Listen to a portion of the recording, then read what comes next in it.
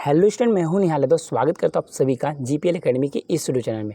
Student, आज की इस वीडियो हम लोग अप्लाइड केमिस्ट्री का पार्ट 2 पढ़ने वाले। ये चैप्टर में पहले का दूसरा वीडियो होने वाला है। इसके पहले मैंने ऑलरेडी एक वीडियो बना दिया है। अगर आपने नहीं देखा है तो जाकर आप उसे देख सकते हो। हमारे चैनल पर ऑलरेडी वो वीडियो अपलोडेड है। तो चलिए आज की इस वीडियो को शुरू करते हैं। आज की इस वीडियो में क्वांटम संख्या जानेंगे और क्वांटम संख्या क्या महत्व है इसे भी जानेंगे, और क्वांटम संख्या कितने प्रकार की होती है इसे भी जानेंगे। क्वांटम संख्या की पूरी डिटेल इस वीडियो में कवर करने वाले हैं। चलिए वीडियो को शुरू करते हैं। तो जानते हैं पहले क्वांटम संख्या होती क्या है। पहले जान लेते हैं हम लोग क्वांटम संख्या किसे कहते हैं। अगर आप इस नोट्स को लेना चाहते हैं तो स्क्रीन पर जो नंबर आ रहा है उस नंबर पर कांटेक्ट करके आप अपने फर्स्ट सेमेस्टर के फुल कोर्स को ज्वाइन कर सकते हैं, जिसमें आपको hand retain notes, important question, बहुत सारी चीज़ें आपको इसमें मटेरियल प्रोवाइड की जाएगी। देखो, जिन संख्याओं का प्रयोग करके हम इलेक्ट्रॉन की ऊर्जा क्या करते हैं, इलेक्ट्रॉन की ऊर्जा और स्थिति से संबंधित समस्त जानकारी को प्राप्त करते हैं, उसे कहते हैं क्वांटम संख्या। क्वांटम संख्या होता क्या है, ध्यान समझो कि जिन संख्याओं का प्रयोग करके हम परमाणु में इलेक्ट्रॉनों की ऊर्जा और स्थिति से संबंधित समस्त जानकारी प्राप्त करते हैं, क्वांटम संख्या कहलाता है। और ये क्वांटम संख्या 4 प्रकार के होते हैं। पहला होता है हमारा मुख्य क्वांटम संख्या, दूसरा होता है दिगंशी क्वांटम संख्या, तीसरी होती है चुंबकीय क्वांटम संख्या, चौथा होता है हमारा चक्र क्वांटम संख्या। अब एक एक करके चारों संख्याओं के बारे में हम लोग समझेंगे और विस्तृत जानकारी लेंगे। देखो भाई, पहले जानेंगे हम लोग मुख्य क्वांटम संख्या, प्रिंसिपल क्वांटम संख्या होती क्या है। इस क्वांटम संख्या को n से प्रदर्शित करते हैं। प्रिंसिपल क्वांटम संख्या को लोग n से प्रदर्शित करते हैं भाई। किससे n से प्रदर्शित करते हैं, यानी n से शो करते हैं। इसकी सहायता से इलेक्ट्रॉन की कक्षा जिसमें वह स्थित तथा उसकी ऊर्जा का पता चलता है। n का मान 0 के अतिरिक्त कोई भी पूर्ण संख्या हो सकता है।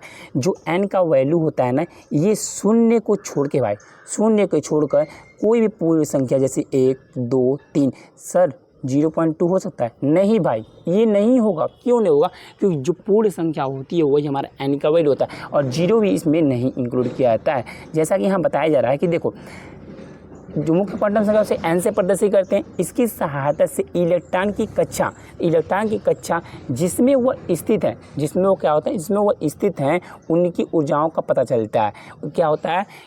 क्या कहते हैं इससे हम लोग क्या करते हैं समझना। क्वांटम संख्या को n से प्रदर्शित करते हैं। इसकी सहायता से इलेक्ट्रॉन की कक्षा जिसमें वो क्या होता है, इलेक्ट्रॉन जो है वो स्थित होते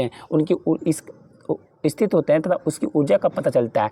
इसे हम लोग n का जो वैल्यू होता है वह 0 के अतिरिक्त, 0 को छोड़कर कोई भी हमारा पूर्ण संख्या होता है जैसे 1, 2, 3, 4, 5, 0.2 नो, ये नहीं होगा, 0.3 नहीं होगा, 9.5 नहीं होगा। समझिए, एक पूर्ण संख्या होनी चाहिए। दिगंशी क्वांटम संख्या समझते हैं आप। अब देखो, दिगंशी क्वांटम संख्या होता क्या है। जो दिगंशी क्वांटम संख्या होता है इसे हम लोग क्या करते हैं, एल से रिप्रेजेंट करते हैं, एल से प्रदर्शित करते हैं। इसे एल से प्रदर्शित किया जाता है। इसके द्वारा उप ऊर्जा स्तर यानी कि अपर ऊर्जा जो ऊपर की ऊर्जा स्तर होती है उनकी पता चलता है। एल का मान एन पर निर्भर करता है। जो एल का वैल्यू होता है ये किस पर डिपेंड करता है, एन पर डिपेंड करता है। एन क्या बोले तो मुख्य क्वांटम संख्या पर डिपेंड करती है। किसी n के लिए L के मान 0 से लेकर n-1 तक हो सकता है। समझना, बातों को समझना क्या कर रहा है। इसमें क्या कर रहा है, जो दिगंशी क्वांटम संख्या होता है इसे L से प्रदर्शित करते हैं और L का जो वैल्यू होता है ना वह किस पर डिपेंड करता है, वह n पर डिपेंड करता है। किस पर डिपेंड करता है भाई, वह n पर डिपेंड करता है। कह रहा है कि L का मान n पर डिपेंड करती है। इसकी n के लिए L का मान 0 से लेकर n-1 तक होते हैं। जो n के लिए L का जो मान होता है वह 0 से लेकर n-1 तक होता है। तो देखो, L के संभावित मान L बराबर 0 रखते हैं, 0 से लेकर n-1 तक होगा। तो देखो, n बराबर 1 रखा तो n बराबर यहाँ 1 रखा तो L बराबर, देखो जैसे n-1 है, अब n का वैल्यू 1 रखोगे, 1 - 1 कट जाएगा तो 0 आ जाएगा। समझे, सेम वैसे समझो, अगर n का वैल्यू अगर 2 रखा रहता है तो देखो n बराबर तुमने 2 रखा तो 2 - 1 यानी हो जाएगा तुम्हारा 1। नेक्स्ट हमारा चुंबकीय क्वांटम संख्या। हमारा चुंबकीय क्वांटम संख्या क्या होता है, तो इसे जो चुंबकीय क्वांटम संख्या होती है इसे हम लोग m से रिप्रेजेंट करते हैं, इसे हम लोग m से प्रदर्शित करते हैं।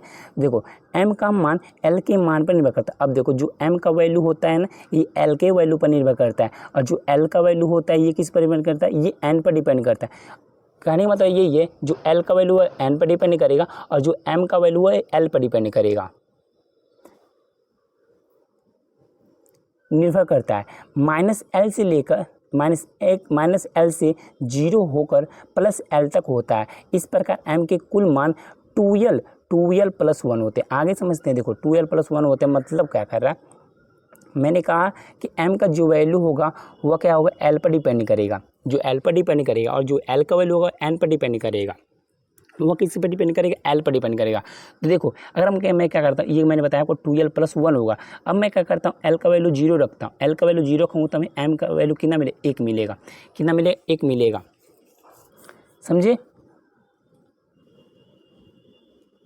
आगे देखते हैं चक्र और क्वांटम संख्या। आगे देखते हैं चक्र और क्वांटम संख्या को क्या होती है। इलेक्ट्रॉन नाभिक के चारों ओर घूमते समय अपनी स्वयं की अक्ष पर चक्रण करता है।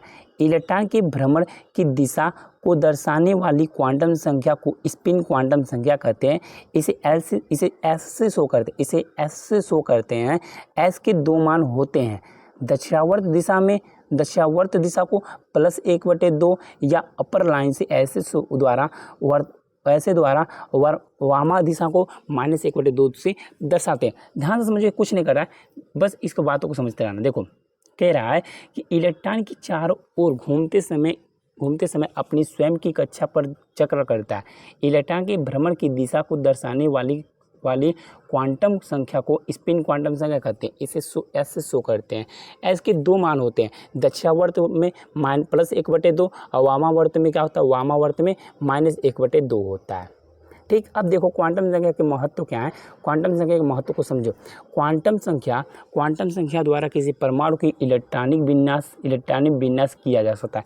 किसी भी कोई परमाणु, उसका इलेक्ट्रॉनिक विन्यास क्वांटम संख्या के द्वारा हम लोग आसानी से कर सकते हैं।